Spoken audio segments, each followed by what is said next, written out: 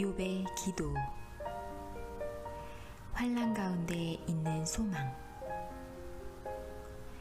이 책을 저술하기로 마음먹은 순간부터 모든 게 엉망진창이 되기 시작했다. 지옥에 있는 사단이 광란하는 것이라고 생각할 정도였다. 난 많은 부분에서 혹독한 시련과 인신공격을 당해야 했다.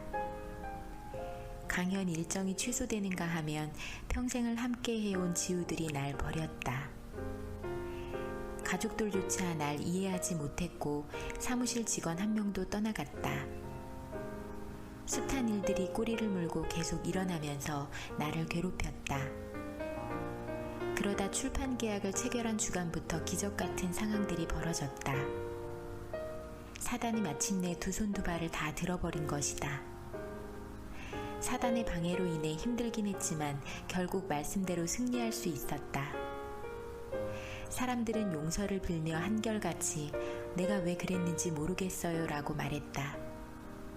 나는 욥과 같은 체험을 하면서 하나님의 말씀이 나를 시험하셨다는 고백을 실감할 수 있었다. 인생을 마감해야 될지도 모르는 광야 같은 체험을 해본 적이 있는가? 한 사건이 마무리되면 또 다른 사건이 연속으로 터져서 심신이 완전히 닳아 없어질 것만 같은 황당한 일을 당해본 적이 있는가? 여러 해 동안 살려고 아등바등되던 순간마다 나는 그런 광야같이 적막하고 황망한 일들을 수도 없이 당했다. 끝없이 이어지는 고통의 나날 속에서 내가 발견한 것은 내겐 전혀 살 수 없는 가망이 없다는 것뿐이었다. 잠언 21장 16절은 명철의 길을 떠난 사람은 사망의 회중에 거하리라고 말씀하고 있다. 난 정말 죽고 싶지 않았다. 그래서 내 인생 가운데 벌어지고 있는 일들이 도대체 무슨 이유 때문인지 이해하려고 몸부림을 쳐보았지만 결국 남은 것이라고는 비참한 실패뿐이었다. 하나님의 말씀을 보면 만사형통할 것 같은데 정작 눈앞에 아른거리는 것들은 모조리 악취나는 쓰레기 같은 일들 뿐이었다. 그것들을 참고 견딘다는 것은 너무 힘든 일이었다. 그런 내 마음속에는 사실 믿음이 자리할 공간이 없었다. 고통 속에서는 믿음도 생기지 않았다. 11조를 드리고 헌금을 하고 남을 돕고 중보기도를 드리고 병든 자를 돌아보았지만 내 몸은 더욱 약해지고 살림은 더욱 궁색해졌을 뿐이다. 내 인생은 내가 가진 믿음과는 정반대의 방향으로 흘러갔다. 나는 6살 때부터 줄곧 비명을 지를 수밖에 없을 정도의 심한 통증 때문에 고생을 해왔는데 하나님의 음성은 한결같았다. 만일 내가 나를 믿으면 내가 약속한 것을 이루리라. 내가 너를 온전케 하리라. 내가 말한 바를 이루리라. 때로 그분이 하신 말씀이 이루어지는 데는 얼마간의 시간이 필요하다. 내 경우에는 35년이 걸렸다. 유치원에 다니던 시절 통증으로 인해 가슴을 쥐어뜯었던 기억이 난다. 그때 난 사람들에게서 이것은 내가 더욱 성장하기 위해서 당하는 고통이란다 라는 말을 들었다. 그래서 난 좋아. 난 큰 아픔을 겪었으니 나중에 커서는 대단한 훌륭한 사람이 될 거야 라고 생각했다. 각혈을 하면서도 나는 예수님이 구원자라고 가르치기를 그치지 않았다. 호흡곤란으로 응급실에 실려갔으면서도 나는 여전히 신유, 병고침에 대하여 설교했다. 사경을 헤매면서도 지상에서 내가 할 일이 남아있을 것이라고 여전히 믿었다. 수년 동안 나는 에스라가 경험했던 일을 선포했다. 그 하나님 여호와의 도우심을 입음으로 구하는 것은 다 받는 자더니 그러나 나의 간구는 고작 나에게는 수치를 하나님께는 난처함을 주는 것 같았다. 그분의 손길은 거칠기만 했고 조금도 부드럽지 않았다. 날 짓이겨서 불신앙으로 몰고 가는 그런 험악한 순간이 올지라도 나는 믿음을 가진 인물이 되고 싶었다. 하지만 육신에 가해지는 그 맹렬한 고통으로 내 영혼의 다짐은 산산이 부서져 가루가 되고 말았다. 나를 향하여 일양 미쁘신 그분을 머리에 떠올리며 내 자신을 하나님의 손길 안에 두려고 무진 애를 썼다. 그 기간 동안 나는 어떻게 고통과 싸우며 그리스도를 신뢰해야 하는지 배웠다. 심지어 나는 애매히 고난을 받는 때나 세상이 내게 다가와 순종을 방해하는 순간에라도 어떻게 순종해야 하는지를 배웠다. 내가 굳게 믿었던 것은 약속의 내용이 아니라 그 약속을 주신 바로 그분이었다. 그분을 믿다 보니 결국 그분이 하신 약속도 믿게 되었다. 사람들은 억지로라도 약속을 붙들고 있어야 믿음이 좋은 것이라고 생각한다. 하지만 우리가 받은 약속이 무용지물이 된 것 같은 순간에 이를 때 이전까지는 그분에 대하여 단지 듣기만 하다가 비로소 그분을 직접 보게 됨으로써 믿음과 어리석음의 차이가 무엇인지를 깨닫고 손을 내밀어 그분의 옷자락을 붙들고 늘어지게 된다. 내가 분명히 깨달은 바로는 주님은 우리를 회복도 시키시고 새롭게도 하시지만 전적으로 주님의 때에 주님의 판단에 따라 하신다. 주님은 정말이지 감쪽같이 모든 일을 이루어 나가신다. 그러므로 문제가 잘 해결되길 바라며 기도하는 것보다 주님을 진정으로 신뢰하는 것이 훨씬 더 중요하다. 오직 열심과 확실한 증거와 연단을 거친 주님의 남은 자들만이 그분을 제대로 믿을 수 있고 지난날 참혹했던 억압의 세월을 깨끗이 잊어버리고 참 자유를 소유할 수 있다. 우리 자신이 죽어야 하는 이유는 바로 그런 남은 자가 되기 위함이다. 그분을 희미하게 귀로만 듣는 것이 아니라 분명하게 보기 위해서 말이다. 진정 풍요로운 삶은 내부에서 시작되어 결국 겉으로 드러나게 마련이다. 영적인 삶과 육적인 삶 사이에 존재하는 갈등으로 인하여 이 시대에도 상처를 안고 사는 자가 많이 있다. 상처를 안고 사는 사람들은 신앙을 갖기 위해 몸부림을 치며 믿음의 시련을 받더라도 앞을 향해 계속 나아가려 한다. 물론 상처는 골마 터진 지 아주 오래되었고 그 부위는 심각하게 패였다. 살가죽은 치료가 되었지만 살감 밑으로는 염증이 생겨 깊이 골마 있다.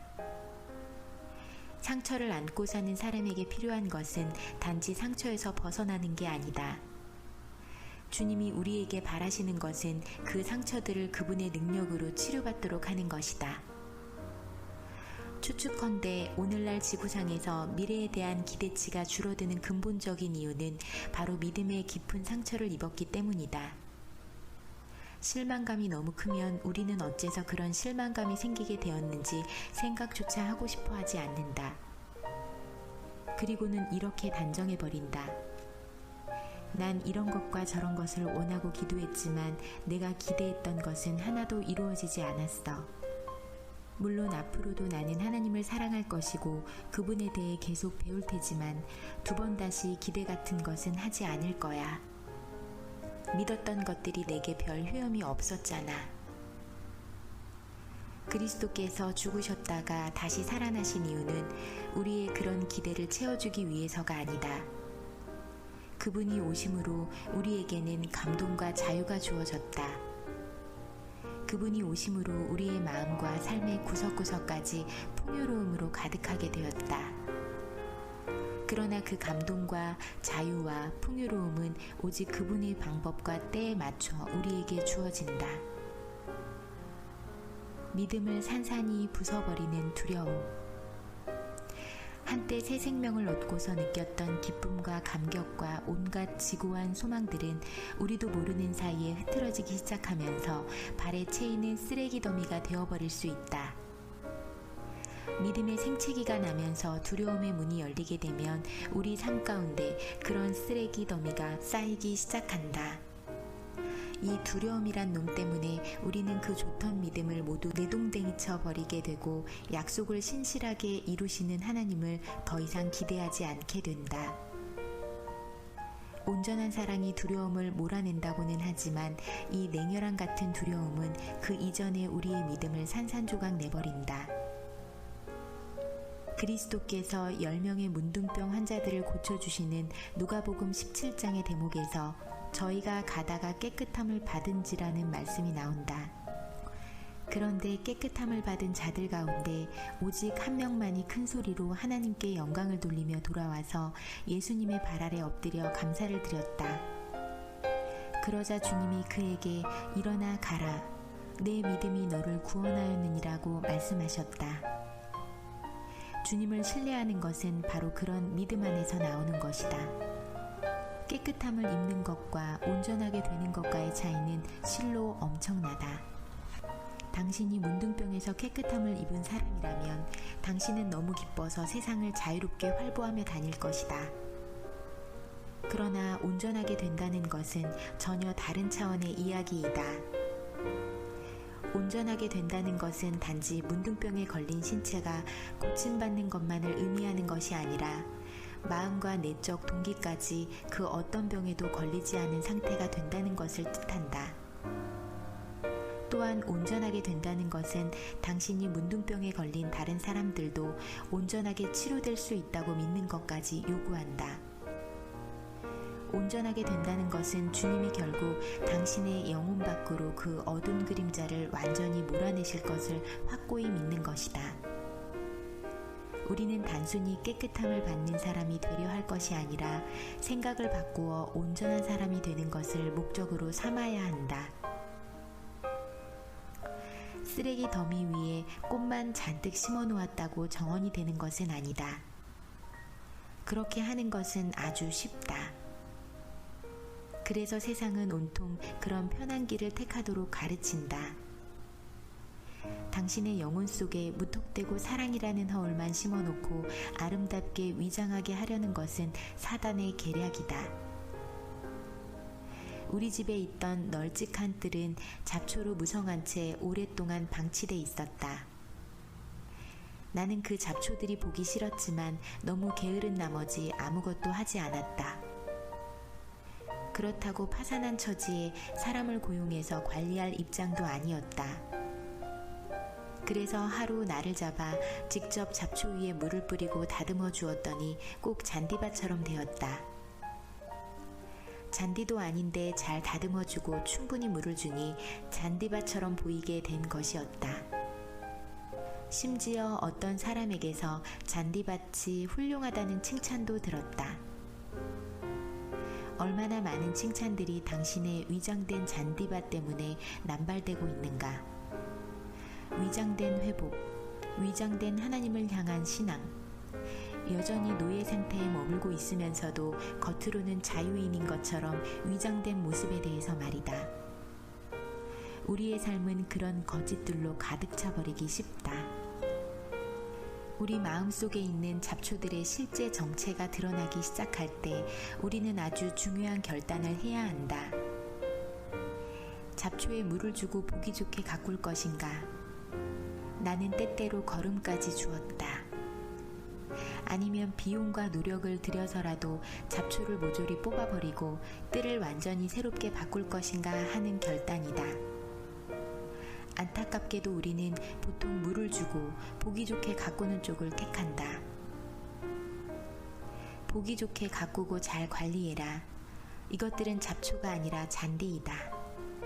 물을 주고 또 줘라.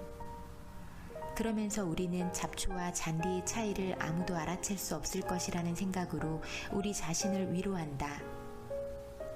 그렇지만 하나님께서는 우리의 마음밭을 맨발로 걸어 다니시기 때문에 그 차이를 확실히 아신다. 문제는 그분이 항상 맨발로 다니신다는 점이다. 거센 잡초가 맨발에 쉽게 상처를 낼 수 있다는 사실을 기억하라. 우리의 두려움과 불신앙이라는 잡초는 너무나 자주 주님에게 상처를 입힌다. 그 상처는 아주 심각하다. 그런데 막상 뜰을 정리하려고 마음을 먹더라도 너무 잡초가 무성하기 때문에 비용도 만만치 않고 마음도 편치 않다.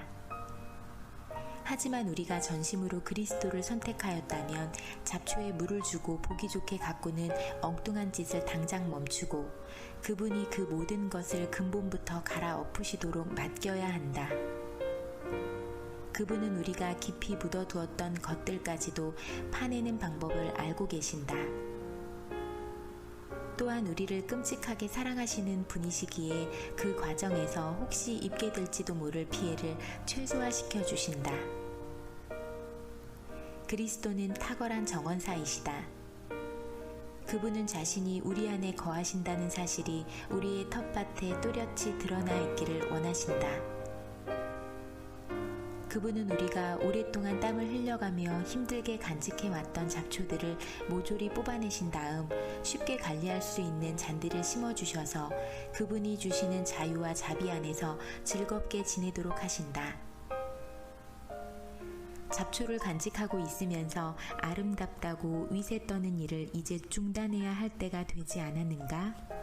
주님은 심으시고 성령님은 자라나게 하시는 분이시지만 우리가 주님을 기꺼이 초청하지 않는다면 가만히 두 손을 놓으신 채 계속 기다리고 계실 것이다. 우리는 신앙을 가질 수 있다. 그러나 모두가 신실한 믿음을 가진 것은 아니다. 신실한 믿음을 갖기 전에는 결단코 하나님께서 우리를 향하여 가지고 계시는 풍요를 소유할 수 없다. 때로 우리는 갖고 있던 소망을 포기해야만 하는 경우를 당하게 되는데 그런 때에 믿음을 견고히 갖는다는 것은 여간 어려운 일이 아니다.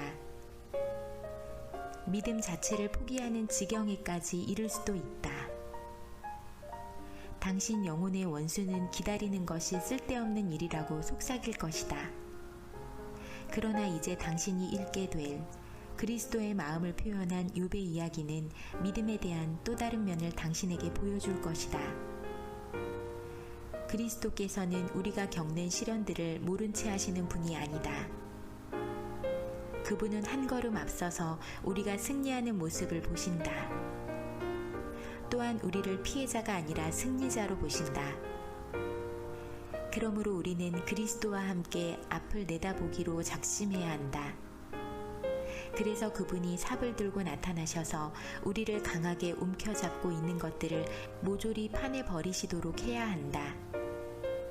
그분이 우리의 텃밭을 다시 일구을 때 잠시 동안 이것저것 어질러져 있는 것처럼 보이지만 그분께 일단 우리 영혼의 계조를 맡겼다면 우리는 곧 영원히 새롭게 변화된 모습을 갖게 될 것이다. 그분은 우리에게 복을 주시다가 마는 분이 아니다. 때로 우리가 힘들게 느껴지는 것은 그분이 우리 영혼 가운데 필요로 하는 공간을 확보하기 위해 우리 안에서 이것저것을 끄집어내시기 때문이다. 그러나 우리가 욥의 기도로 기도를 드릴 수 있게 되면 대로가 열리고 넓은 공간이 생겨서 영광의 왕께서 행차하실 수 있게 될 것이다. 그렇다면 욥의 기도란 무엇을 말하는 것인가? 그것은 고난과 시련의 순간을 다 지나고 마침내 하나님의 시선으로 자기의 정언을 보았던 욥의 마음에서 뽑아낸 기도이다. 욥이 자신의 불순함을 꾸짖으며 자기 연약함을 깊이 생각하며 드렸던 기도이다. 욥은 자신의 경험을 통해 진실한 기도가 무엇인지 터득한 후 더 이상 자신에게 관심을 기울이지 않고 대신 자기 친구들과 원수들의 문제를 부여안았다. 하나님께서 욥이 친구들을 위해 기도해야 그들을 공경에서 풀어주겠다고 말씀하셨을 때 내가 믿기로 아마 욥은 이렇게 기도했을 것이다. 욥의 기도. 주님, 그 무엇도 그 누구도 주님과 비교할 수 없습니다. 주님 앞에서 제 자신을 겸손히 낮춥니다. 제 마음을 살피사 주님과의 깊은 교제를 가로막는 모든 삶의 동기와 두려움을 밝히 드러내시옵소서. 어려운 시련을 통과하는 동안 저를 도우사 주님을 온전히 신뢰하게 하시옵소서. 왜냐하면 그런 환난들이 제 눈과 마음을 여는 도구가 되어 주님의 참 모습을 볼 수 있기 때문입니다. 주님, 나를 대적했던 친구들을 위해서 기도합니다. 그들을 향한 주님의 분노를 돌이키시고 그들을 용서하시고 풍성한 복을 그들에게 내려주옵소서. 친구들을 건져준 욥의 기도는 욥 자신에게도 자유를 주었으며 남은 생애 내내 하나님의 풍성함을 만끽하며 살 수 있도록 하였다. 처음에 사단이 욥을 시험하기 위해 곱비 풀린 망아지처럼 날뛸 때 욥은 자기가 철저하게 결박당한 처지란 것을 전혀 알지 못했다. 아마 당신도 마찬가지일 것이다. 그러나 욥은 믿음과 신앙의 교훈을 잘 받아들였다. 당신도 역시 욥의 자취를 따라 걸어간다면 그렇게 될 것이다.